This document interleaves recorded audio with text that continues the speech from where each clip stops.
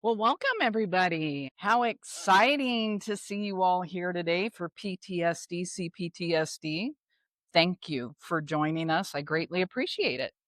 Love seeing some familiar faces, meeting some new faces, and look forward to chatting with y'all afterwards. We will have a QA where the speakers here will be up here and answer questions and give any feedback that you would like. So if you get a question, jot it down and save it for us because we will answer it for you. So let's get started. We have three speakers today and a special speaker that's going to share his story. And I think it'll be pretty interesting. I think you guys will enjoy this today. Okay, so let's dive in. Understanding PTSD and CPTSD. Does anybody know what CPTSD is? Do ya? I do. Yes.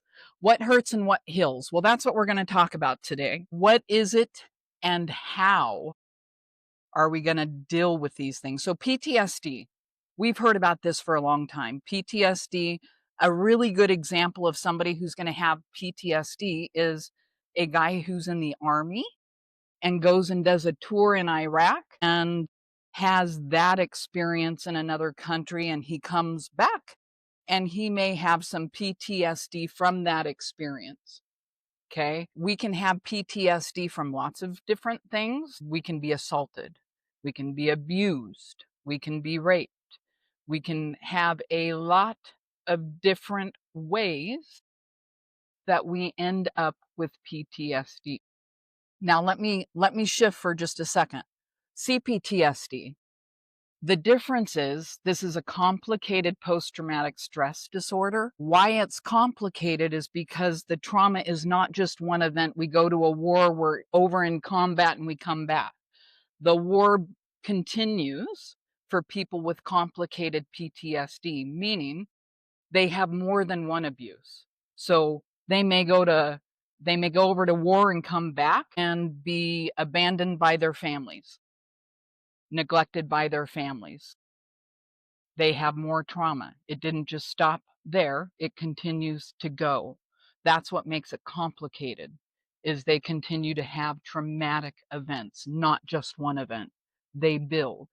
Their brain, and Dr. Boyer's going to go into some of the symptoms and things, but their brain stays stuck with hormones just pouring out, keeping their symptoms extreme at times. Complicated PTSD, it's harder to recover because you have many events that you're trying to work out with somebody who has complicated PTSD. Both conditions involve nervous system dysregulation. CPTSD adds emotional dysregulation, identity disruption, and relational difficulty. And you're going to hear some really good examples of this in just a few minutes. So what happens in the brain to activate this trauma response? Here it is, prefrontal cortex, which normally calms, and we say, us in therapy say you don't get your full free frontal cortex until you are 25 years old. That is when neuroplasticity stops too, actually, when you're 25 years old. But that prefrontal cortex helps regulate. So why do we tell young people that are growing up and teenagers, you're going to mature when you're in your mid 20s? This is why, just a side note, because they get that regulator, that prefrontal cortex that helps them regulate their emotions and calm. So normally the prefrontal cortex is going to calm the amygdala and help make sense of your emotions. Your amygdala is an alarm system. It's what alarms your body that you are in trauma. I'm guessing most of us in this room maybe have had at least one experience where we identify something like this happening. We get hypervigilant, hyperactive, constantly scanning for danger. We get triggered, exaggerated fear responses. I call this a relive. If we're set off, we can feel like we're right back in the situation all over again, experiencing what we were experiencing in the initial trauma. The CPTSD, there's your hypervigilance, where they're looking for it at some point because of the ongoing hits to their nervous system. They are looking hyper vigilantly and feel trauma, even if there's not impending trauma at times. So the amygdala, here's the fun one, the hippocampus, the memory organizer. My favorite thing to point out in a trauma response is that your hippocampus shrinks. It takes your memory. Why, when we're little kids being abused, do we have developmental issues growing up? Why are we 30 years old acting like we're 10? This is why. Because your memory shrinks. Your hippocampus shrinks when you are in trauma and it becomes less active. You struggle to distinguish past and present. You're having a difficult time in your reality because you're hyper vigilant. Trauma's everywhere. In CPTSD, your memory fragmentation is more severe and often tied to relational trauma in your relationships. Family of origin, the biggest one that I deal with as a marriage and family counselor is the family of origin trauma and where that hits people and how that affects them in their relationships moving forward. Big, huge deal. This is what happens. Your hippocampus ultimately shrinks, you lose your memory. And unless you got somebody in there going, wait, let's wake it back up and let's poke around and see if we can find some things, help you become aware of it so that we can release it from your body. We'll get more into that. Actually, Amanda is going to get into that moving forward. So there's some chemical imbalances that scientifically happen when you have a traumatic experience. Cortisol, your stress hormone, dysregulated, leading to chronic stress and immune suppression. This is huge. I can see this on people. They look tired. They say they're tired. What they mean by that is that they are emotionally, their nervous system has shut down and they are tired, literally. Cortisol goes off the charts. What happens when we're in trauma? We get the norepinephrine elevated, causing hyperarousal. We get sleep disruption. The number one reason we go into psychoses is because we're lacking sleep. Norepinephrine becomes elevated when you go into a traumatic event and it starts releasing in your body. What I think is fascinating as a scientist is when that happens and those hormones are released in your brain, where do they go? Into your body. So when we get stress responses, do we get stomach aches? Oh my gosh, I feel sick, nauseated, I'm going to vomit. In a trauma response? Or my head, my gosh, my head. Where did that trauma response take those hormones into your body? And are you aware of what's there and how to get it out? Most people are not. Serotonin and GABA, often depleted, contributing to anxiety, depression, and emotional instability. These are the hormones that go off, set off in your brain when you have a traumatic event that are carried through your body, and your body will store these hormones somewhere until you make yourself aware of what it is and do something about it. Okay? Here's a little example. Here's a little story. The candle and the misfiled memory. A young girl experienced abuse in a room with a rose-scented candle. Years later, the same scent triggered panic. Her brain misfiled the sensory memory because her amygdala was overwhelmed and her hippocampus couldn't properly store the event. There's your trauma. That's how it's embodied in your body. Trauma, those hormones, they go somewhere. I'm going to introduce Dr. Boyer, one of my favorite people in the world. Her compassionate approach does empower her clients to reconnect with their bodies. And she's got some profound work and integrations into this mental health concept. She's a naturopath doctor with a focus of PTSD, and she's a survival person. She blends holistic medicine with neuroscience and helps heal from deep emotional wounds. Some of us in the room have experienced that with her. She is a sought after speaker and an advocate for whole person healing and truly practices what she preaches. Dr. Boyer. I got a pretty big mouth. Hopefully, y'all can hear me with or without the mic. So, I have a lot to go over. I love this stuff. So, basically, what I'm going to go over is some of it's going to be a repeat of some of the things that Shannon said, but I'm going to go over the PTSD symptoms. She says complicated or complex. I say chronic. They both kind of go together as far as PTSD goes. And then we'll go over adaptive responses. I love this quote: "You're not broken, you adapted to survive." And I'll kind of go over how that works. So just kind of touch back on what Shannon said, like PTSD is exposure to a single event. And it's like, it can be something. One thing that I want to add to, when I was a paramedic, we have different protocols. And as far as how trauma works in patients, a level 1 trauma goes lights and sirens to the hospital. We have a level 2 trauma, not lights and sirens, but we still had to let medical doctors know that we were on our way with a trauma patient. And then level 3, we could go just chill. We'll take them there. Somebody fell, hurt themselves, cut, bleeding. Anyways, my point is, when we came upon a scene and it was a car accident, we had 2 people in the car and 1 person died, that upped the level of trauma to the survivor in the car. That's PTSD. Chronic or CPTSD is a person who is unable to protect themselves. So yes, it's one of these things where, or they feel unable to escape or protect themselves. So I just kind of want to add a couple of those little things to some of the things that Shannon said. Things that set us up for trauma responses. Like Shannon and I can be in one place and let's say a gunshot goes off. I'm like, okay, where'd that come from? And Shannon's like, I'm taking off, right?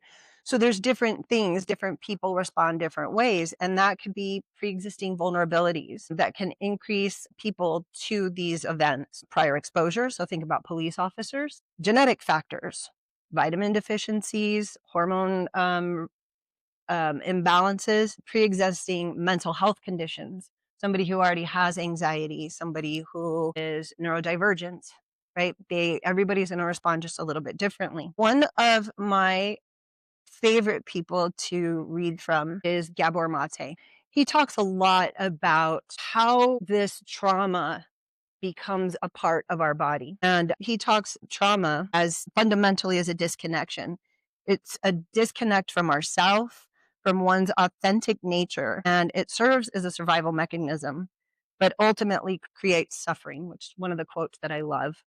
Yes, it's supposed to help us survive, but we suffer from it, right? Depending on how we get through whatever situation's happening. And then we create adaptive responses. And Mate, instead of making a symptom a pathology, like something's wrong with us, he recognizes them as adaptive solutions. So I'm kind of jumping ahead here, but I just wanted to kind of touch on this. And then there's this, we turn these adaptive solutions to impossible situations. So the symptoms represent the best solutions to the person at the time of the trauma. So hiding under a table, or like Shannon was talking about earlier, the cortisol hitting the system. So I believe in fight or flight and freeze. Again, when I was a paramedic, I was working a night shift. And where I'm from, EMS was different than fire. So we sat on corners while the firemen had stations to sleep in. I was working a night shift. It was a double. I think it was about 3:00 in the morning. I was exhausted and I walked into like what it used to be called an AM PM. Walked in, grabbed a cup of coffee, and I was just walking past the gas pumps. All of a sudden I hear this, and out of the corner of my eye, I see this car taking a sharp turn and it's coming right for me. What do I do? I'm like,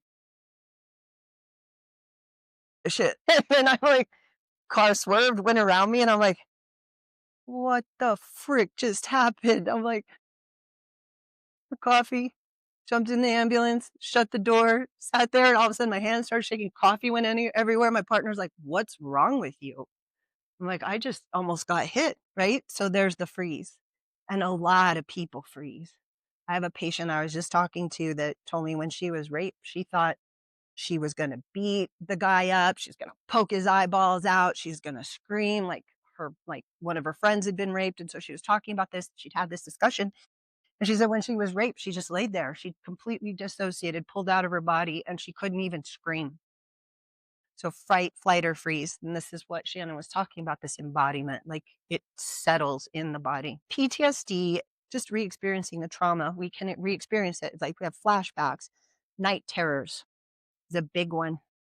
Night terrors, nightmares. And it's not just night terrors are not just nightmares. I mean, it's like this screaming and whole body shaking. And you don't even want to touch the person because you feel like you're going to, I mean, they'll take a swing at you and they don't even know what they're doing. That's reliving the trauma. Negative changes in mood and thinking. So it's like, have you ever talked to anybody and they snap at you just by asking a question? You're like, whoa, what was that about? That's something from the past usually. And then we turn in on ourselves. Guilt, shame. I caused this. I did this. I could have done better. Um, we're going to talk about how ketamine works with that, right? Thank you. Okay. I won't touch that one. And then the other part is hyperarousal. We can be so stimulated. And one of the things that I was thinking about when Shannon was talking, the hormones is I'm going to borrow this glass of water. When you experience an event for the first time, your glass of water is down here, right? So this is more of the chronic or complicated PTSD. But then as it happens again, this water gets fuller, right? And then full. And then time goes by and maybe some of the water evaporates, but then it happens again, again, again. And this cup fills up. And then all of a sudden, the next thing you know, it's flowing over. That's hyperarousal. It's like you can have a glass break and it's like, what the heck happened, right? Constantly looking over your shoulder. You have difficulty trusting others. There's a fear of closeness. I was just talking to somebody else, and they say that a person who's afraid to give hugs doesn't feel safe. And we went back and looked at this person's sister's history, and she was left alone a lot. She's forgotten. 10 miles away, this is in some of the colder states. And this girl, the mom, had ADHD. She's out running errands. It was out snowing. Little girl dropped off the bus. She's waiting for her mom to come pick her up. 3 hours later, the mom's like, forgot. But the woman was abandoned like this often. So she feels very unsafe. So very hard to make a connection. Let's see. We'll skip that. All right, let's see what's next. How does it change, Shannon? Where's the arrows?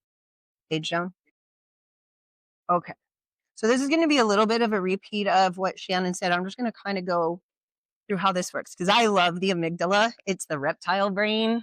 That's the one that's like fight, fright, or freeze. Be the possum, right? It is the one that turns you into the Hulk or just makes you shrink. And a lot of times, with PTSD, we live in the amygdala. So it shakes things up and it really does shrink. The way that the blood flow changes in the body, it goes to the muscles. So like Shannon was talking about, you think about your stomach. Well, what happens when you're going to fight or flight, all of a sudden, like anybody been in a really bad, like near miss car accident? Anybody? Yeah. Did you want to pee your pants? I did. I almost did. And that's typical because that's what happens. When we go to fight, our body lets go of all the stuff and then tells the blood to go to the places where it needs to be so that we get strong. We get to fight and it lets go of everything. People that run ultra marathons have done Ironman because I volunteered for them. You're talking about cortisol. They're going 26 miles, 1,600 miles swim. And I forgot what the bike is. But it's like I was volunteering on the run and people like, do you have an extra shirt? Yeah. I'm like, shirt. And they're like, yeah, I just shit my pants. Because they're going for so long, that cortisol response extends. And that's what happens. The body has to keep going. That's cortisol. It lets go of everything it doesn't need so that you can fight. So what happens is the amygdala, it wakes up. That's the alarm system. So this is where our senses are heightened. All 5 senses: sight, smell, hearing, everything. It's like those movies where you hear the heartbeat, dun dun dun dun dun dun, and all you see like the deer and the lion, and it's like, what's going to happen? Startle responses. That all happens. That's what the amygdala does. Then what happens, because we've got the blood flowing to all the different areas, we don't need to think about what's happening. This is all automatic. So the prefrontal cortex doesn't get blood flow to the brain. And so we have memory issues. And that's why when people get interviewed, like, what happened? I don't know. There was a guy.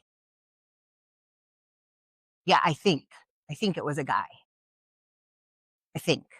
Right. So the memory is kind of messed up. And it takes time. Once everything calms down, it can be days later when the memories start to surface.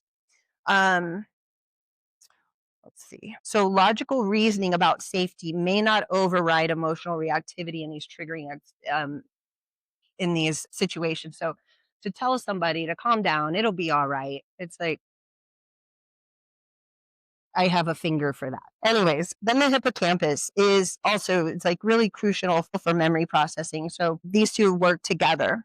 So prefrontal cortex with rational thinking disappears. Hippocampus, the memories don't store properly. We have difficulty distinguishing past from present threats. And then we have that altered stress response where the hypothalamus pituitary axis changes. And that's what's responsible for releasing cortisol and other hormones. So you were talking about the neurotransmitters, but we need testosterone in here, and that can be complicated. It doesn't release. So when you were talking about people, you see cortisol on them on the daily. When we have high stress, we never recover. So you end up with people who are tired and wired. They the brain is no longer really talking to the adrenals. And so there's a dysfunction there. And we've got to get the hypothalamus, which is almost like the captain of the ship, runs the body and helps to distribute hormones throughout the body. So we've got to get that working again. And by calming the adrenal glands down, the brain can kind of calm down and start functioning again a little bit later on. Am I making sense? Let's see. So you can kind of tell when you talk to people in counseling, we see this, but just to kind of have an idea when you talk to people, sometimes they'll like check out, or you're having a serious conversation and they're making these really weird jokes at inappropriate times. And they're like, it's a little strange. So this can be a sign of this CPTSD, or they just kind of check out. Another thing that people do, we self medicate. Drugs, alcohol. I know for me, working out, it used to be running. I'd hurt myself running. Persistent physical symptoms like shallow breathing, we can see this, fidgeting a lot, people shaking their legs. And that could be them checking out. Another symptom is extreme people pleasing, difficulty expressing boundaries, trust issues, rigid independence. Oh, I don't need help. Can I help you? No, I got it. I'm good. I don't need your help. I don't need anybody's help. I got this. I see smiles. Somebody knows me. We reject support. And then perfectionism, right? We focus, hyper focus, almost like an OCD, negative self talk. People walk around, oh my God, you're such an idiot. Why'd you do that? You're so stupid. Worst thing you can do. But it's just, that's where we're at. We're beating ourselves up for whatever happened. And then difficulty seeing the future. Like, why do I need to go on? No, who am I? Exactly. Anybody jump?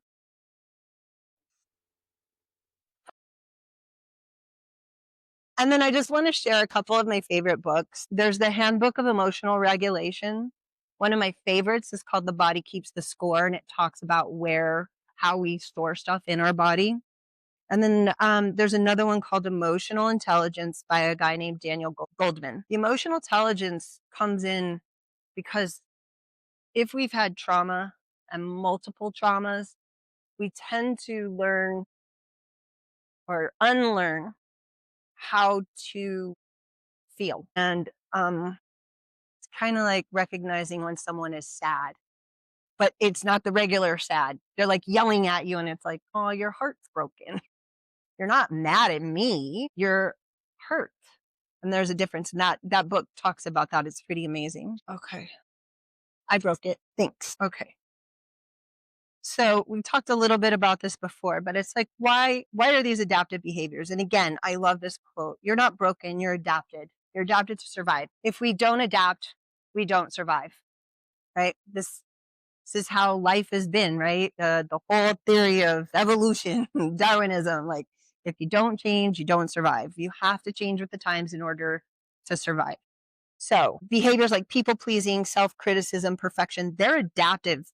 They're adaptations. They're ways to survive stressful, harmful early experiences. So if you were beat as a child, what do you want to do? You want to make sure mom's happy so that it doesn't happen. If you don't like getting yelled at, you want to make sure everything's done so that you don't get yelled at or beat, right? Your fight, flight, or freeze. When we successfully avoid an uncomfortable situation, avoided it, we experience a sense of relief. God, I'm so glad that didn't happen. Well, that relief negatively reinforces our avoidant behavior, right? That's backwards, right? So this continues. So it's like if a couple is fighting and the woman's screaming and yelling at her husband and the husband shuts down and just like screaming, yelling, oh God, he shut down. I'm out of here. And the woman leaves, goes for a walk or drives or leaves or goes to mom's house or whatever, spending the night. Husband's like, thank God she left. So what is he going to do? The next time they get into a fight, she starts yelling. If he shuts down again, he's expecting her to leave so he can have some peace. Maybe a bad example, but so the brain learns. Okay, so that makes it likely to repeat this in the future. So the brain learns that the response that avoided the problem worked, which strengthens the cycle of avoidance and anxiety. Does that make sense? Okay. Is everybody still awake? Am I boring you yet? Okay. Then the reward part of this, like, okay, so the husband says, she's gone. I can relax. Now there's the dopamine hit. That feels good. It's silent in here. I'm going to have a beer. Double dopamine hit. I feel good. There's my reward. I deserve a beer after getting yelled at. Research shows successful avoiding something unpleasant or painful leads to a dopamine release, which therefore gives a positive feeling, right? Which can reinforce the negative coping pattern as well. And then the amygdala, the reptile brain, it can stay active even after the threat is avoided. And the state of alert is believed to contribute to anxiety and the avoidance behaviors. All right. So just remember, like the five senses are heightened because of fight, flight, or freeze. A sound, a touch, a smell, all of those can cause a response, a memory. This one is this guy named Angelo panicked when a wine glass shattered at a dinner party. The amygdala fired as if danger was present. Hippocampus couldn't distinguish past from present. I'm assuming this guy was army or a soldier. Prefrontal cortex couldn't override the fear, and it wasn't the glass. It was the echo of childhood violence.